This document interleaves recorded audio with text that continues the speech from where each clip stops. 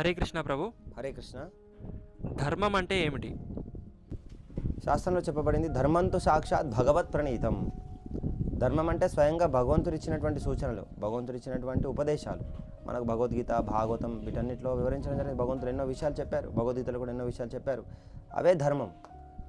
So ఇక ధర్మం అంటే చాలామంది తప్పుగా అర్థం చేసుకుంటారు. కానీ దీనికి కీలకమైనటువంటి ఒక ప్రధాన సూత్రం అనేటువంటిది ఉంది.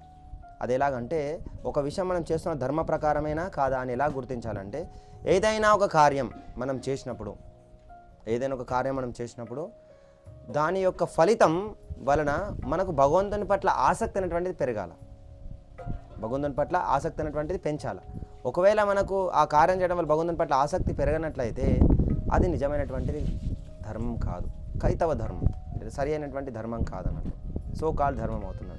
నిజమైన ధర్మం అంటే అర్థం ఏంటిదంటే, ఆ కార్యం చేయడం వల్ల మనం భగవంతుని పట్ల ఆసక్తి అనేటువంటిది మనకు పెరగాలి. ఎప్పుడైతే మనకు భగవంతుని పట్ల ఆసక్తి పెరుగుతుందో అప్పుడు ఈ యొక్క ధర్మం యొక్క నిజమైనటువంటి లాభాన్ని మనం పొందగలుగుతాం. ధర్మం ఎందుకు పాటిస్తున్నాము? ధర్మం అర్థం కామ మోక్షం, కానీ మోక్షం అనుకుంటాం, కానీ మోక్షం కంటే ఉన్నతమైన మనం లభిస్తుంది మనకు. ఈ ధర్మం యొక్క పరమ ధర్మం ఏంటిదంటే, భగవంతుని పట్ల ప్రేమను పొంది భగవంతుని యొక్క ధామం వైకుంఠంకు మనం వెళ్ళాలి. ఈ యొక్క పుట్టుక, ముసలితనం, మరణము, వ్యాధులు, ఈ సమస్యలన్నిటి నుంచి బయటపడి మన యొక్క ఆధ్యాత్మికమైనటువంటి లోకం, మన పర్మనెంట్ ఇంటికి వెళ్ళిపోవాలి. ఇది రెంటెడ్ బాడీ అన్నట్టు, ఇది రెంటెడ్ బాడీ. ఈ రెంటెడ్ బాడీని మనం వదిలేసి ఈ మళ్ళీ ఈ బాడీలు మార్చకుండా మన పర్మనెంట్ ఇంటికి, పర్మనెంట్ తల్లిదండ్రుల దగ్గరికి, పర్మనెంట్ సొసైటీకి మనం వెళ్ళిపోవాలి. దానికోసం సహాయభూతమయ్యేదే ధర్మం. సో ఈ ధర్మం ఏం చేస్తుందంటే, మనకు భగవంతుని పట్ల ప్రేమని మనకు పెంచుతుంది.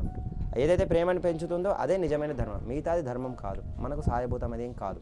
ఈ శరీరంలో ఉన్నటువంటి శరీరంకు ఉన్నటువంటి బంధావ్యాలను కూడా అది సరిగా నిర్వర్తించడానికి ఏం సహాయభూతం కాదు, ఒకవేళ అది భగవంతుని పట్ల ప్రేమను పెంచకపోతే. హరే కృష్ణ.